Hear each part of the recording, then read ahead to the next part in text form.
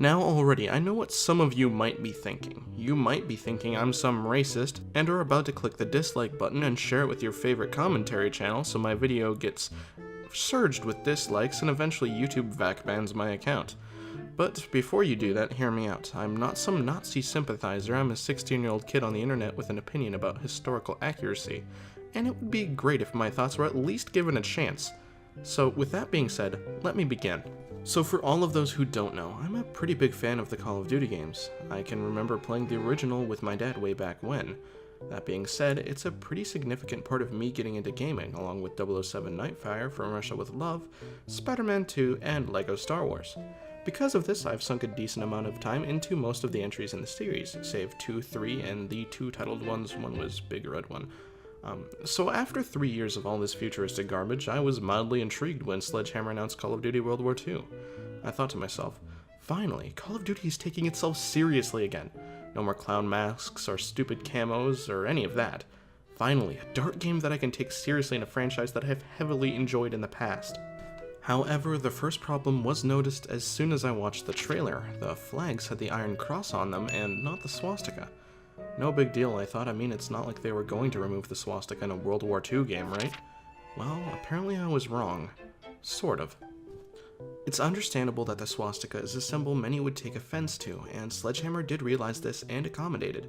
They're keeping the swastika in campaign because I guess it's supposed to be historically accurate, but I don't know how much I can believe that anymore, and I'll get to this a little later. I can understand not having the multiplayer be historically accurate. You got me there. Regaining health and having black female Nazis running around isn't what one would call historically accurate, so I'm not going to knock them for removing the swastika here. So up until now I'm thinking, okay, it's going to be in campaign, but not in multiplayer. Fair, I guess. Nope, it didn't stop there. Zombies was announced again, but this time it wasn't some dumbass zombies in Spaceland or exo-zombies. Oh no, for the first time since World at War, the zombies mode was called Nazi Zombies. Let that sink in. Nazi Zombies. So they're going to include the swastika in a game mode called Nazi Zombies, right? I mean, the word Nazi is literally in the title. Wrong again, my friend. The Iron Cross once again replaces the swastika, but this time in a mode that would actually be fitting for it.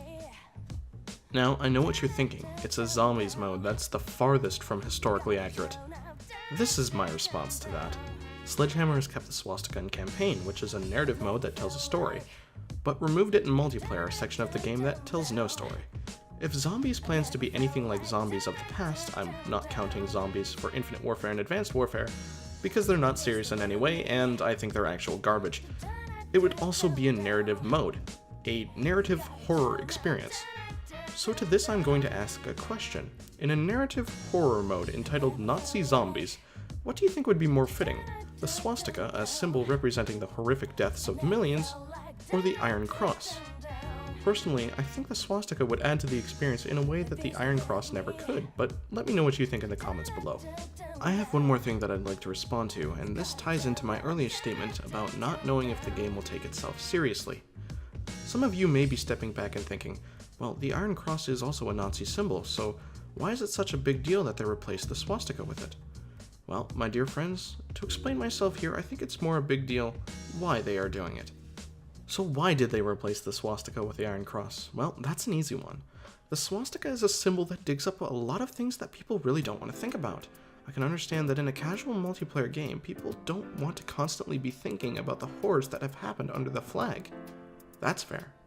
However, when they remove it outright from some modes where it would deepen the player's understanding of how truly atrocious the flag is, in a mode for serious players who seek a serious narrative and are fully prepared for what they might see, it truly does a disservice to those people. And this brings me to the true catalyst that caused me to make this video, Michael Condrey's response to these people. Here's a tweet by a gentleman that was talking about the Iron Cross and how it was used as a medal by the Nazi regime, which had used the swastika as its symbol. He also noted that the previous Call of Duty games had also used the swastika. Both of these things are true, and if I am mistaken, please let me know in the comments with the source for your information. Michael Condrey, one of the high-ups at Sledgehammer Game, tweeted this out in response. Quote, "This reads to me as, I want more racist and hateful symbols that helps me better associate with mass murder. Is that your position, Zach?" End quote. What? This gentleman wants to take a game about World War II seriously, and you say that because he voiced his opinion on historical accuracy. He wants racist and hateful symbols so he can associate himself with genocide? Mr. Condry, I'm 16 and even I know that isn't true. People want your game to be good. People want to take it seriously when you have dumbed it down for all of us. And you say that he just wants to associate himself with genocide? That's absurd! Now, I wouldn't be able to end this video without giving my idea for a solution, because I can yell about it all I want, but if I did that without offering thoughts for a solution to make everyone happy, I would be no better than the people yelling about how it shouldn't be in the game. Remember the graphic content filter that appeared when you loaded up some of the older Call of Duty games for the first time? Or the warning before the mission No Russian from Modern Warfare 2? I think that would be the perfect middle ground for all of this. If the user has graphic content enabled, then the swastika and other graphic content would be enabled. If graphic content wasn't enabled, the swastika would be replaced with the Iron Cross in all modes. Or hell, maybe you could even choose which modes you wanted to enable the graphic content filter on, for the same casual experience that I mentioned a while ago. I honestly think this is the best way to make everyone happy, so those that would like the more serious experience with the swastika can have it, and those that would not like to see it don't have to. The reason why I think this hasn't been given a thought, though, is because of how Mr. Condry views the fans of the game that would like to take the game a little bit more seriously, and that has honestly hurt my hopes that this game will take itself seriously at all. I'm also slightly concerned that through practices like this, humanity might forget the swastika as common knowledge altogether. Forget all of the pain, suffering, and atrocities committed under that flag. I want to make sure that the sacrifices of soldiers who fought against it are remembered as fighting a legitimate evil, and that their victims be not just victims of another country in war, but to an evil regime. And the more we remember the atrocities and how they happen, the less likely we are to repeat them. To everyone living in Germany, or those like myself with German blood in us, we should not feel guilt for what the Nazis did. We are different than the Nazis, and we should not let the past of Germany define us. I understand it's a very ugly scar on our history, one that no one, not ourselves most of all, wants to see. But if we forget how we got that scar, then we are in danger of getting a second one. We need to live on in knowledge of what happened so we can rebel against it if it happens again. But also know that the actions of people do not define us as people. The blood is on their hands and not ours. Forgive me for ending with a little bit of a rant there, but it's something that I strongly believe, and I did want to sneak it at some point in the video. However, with that being said, if you think the video was good, and only if you do, feel free to press the like button, and if you thought it sucked, feel free to hit the dislike button.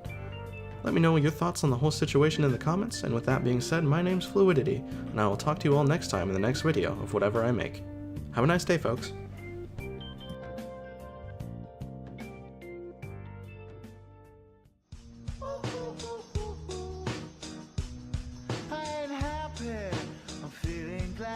Sunshine in a bag, I'm useless, but not for long. The future is coming on. I ain't happy, I'm feeling glad. I got sunshine in a bag, I'm useless, but not for long. The future is coming.